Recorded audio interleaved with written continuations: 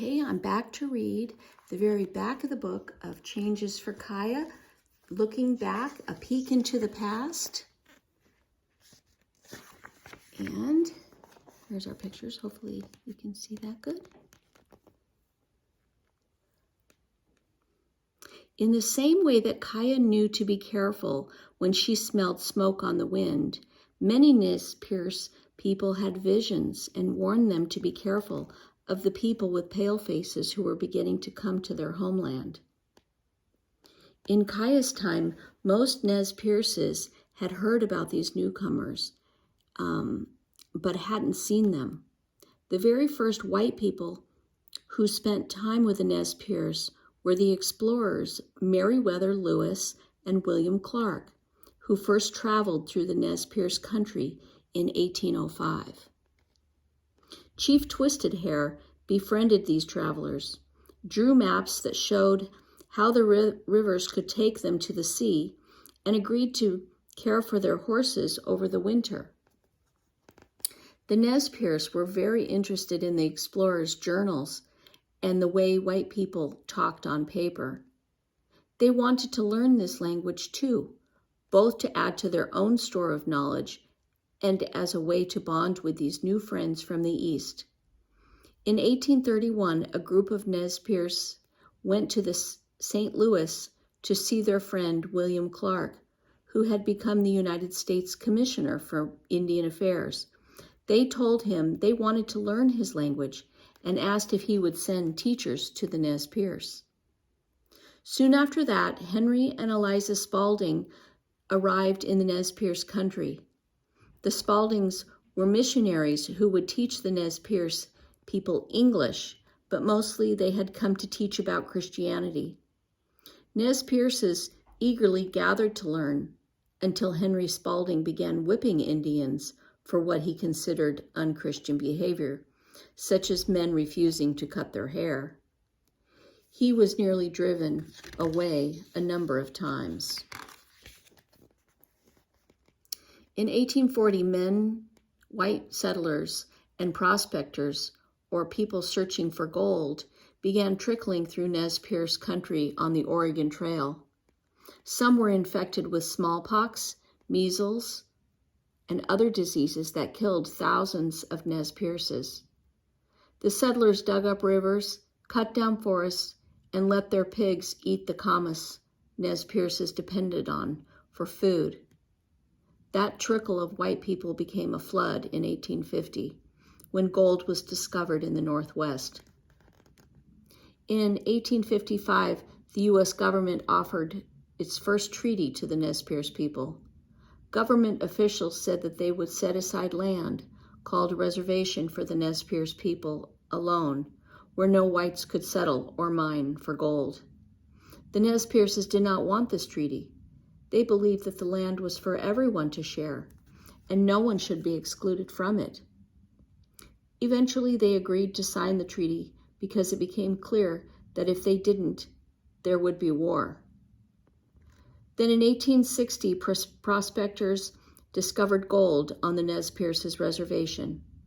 They urged the U.S. government to redraw the boundaries of the reservation so that all the gold sites would be outside it. In May 1863, the government offered another treaty to the Nez Perce chiefs, promising them money, schools, houses, and plowed land, but shrinking the reservation to a much smaller size. This is the treaty that tore the Nez Perce people apart. At first, all the chiefs refused to sell their lands. Chief Halahatsut, called Lawyer, told the white officials that the 1855 treaty was sacred. "I say to you," Lawyer told them, "you trifle with us. The boundary was fixed. We cannot give you the country. We cannot sell it to you." The government officials then met with the chiefs one by one. Many still stood firm. Lawyer, however, argued that if the new reservation was large enough, he would agree to it. Many other chiefs were outraged, but the officials ignored them. They made a new treaty with Lawyer and other Nez Perce men, many of whom were not chiefs.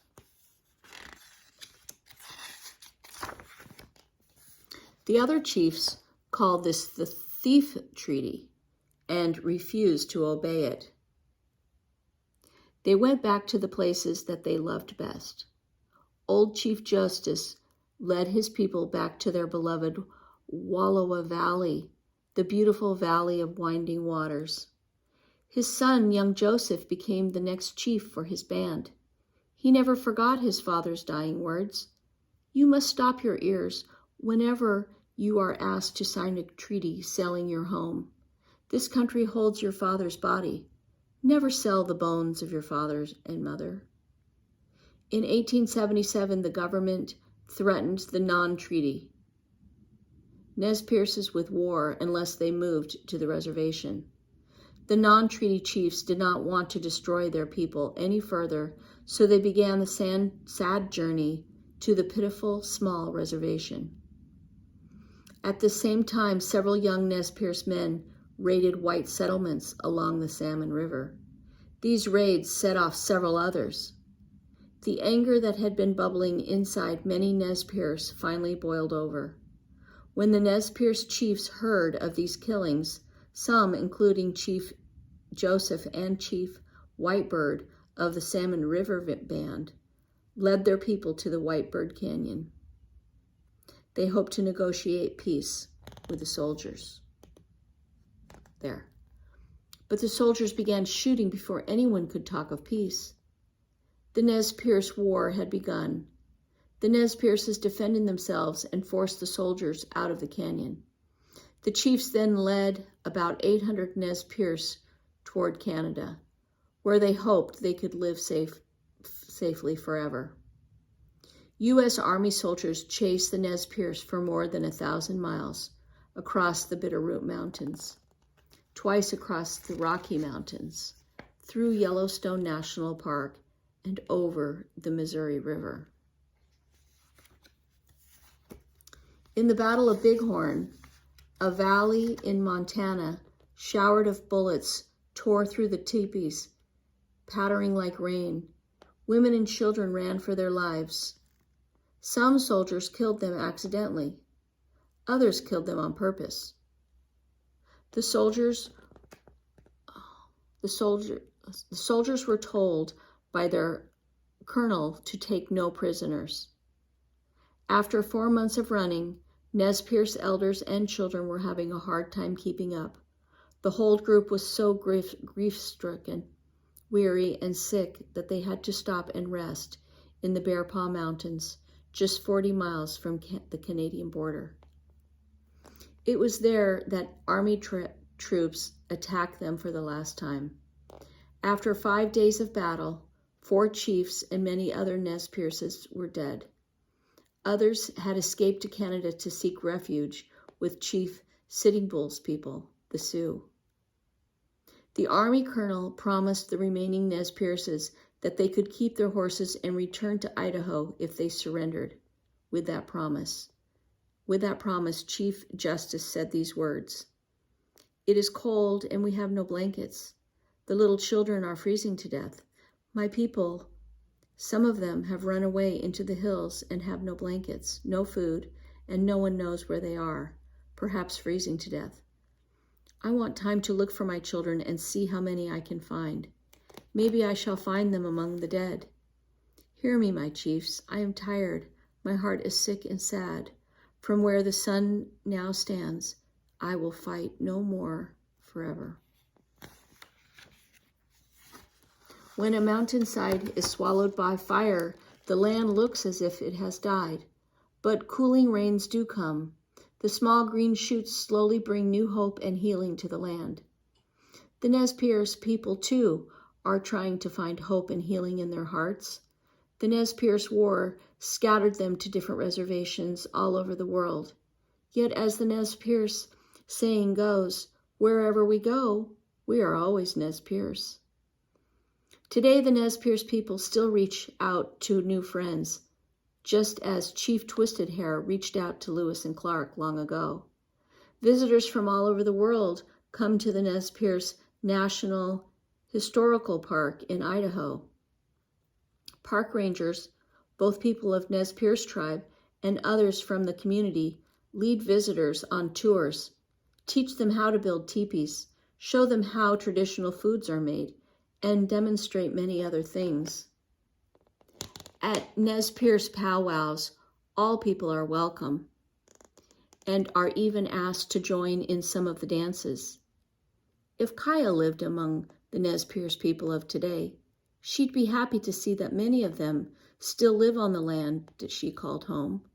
She'd be glad to hear their language being spoken, smell salmon roasting on the fire, taste fresh huckleberries, and step inside a longhouse to hear legends and stories. When a magpie alighted on a tree branch, she'd laugh quietly to herself. She'd be especially proud to watch the young girls, so much like herself, parade their beautiful horses in honor of their ancestors, whose inspiring spirits live on to strengthen and nourish all Nez Perce people each and every day.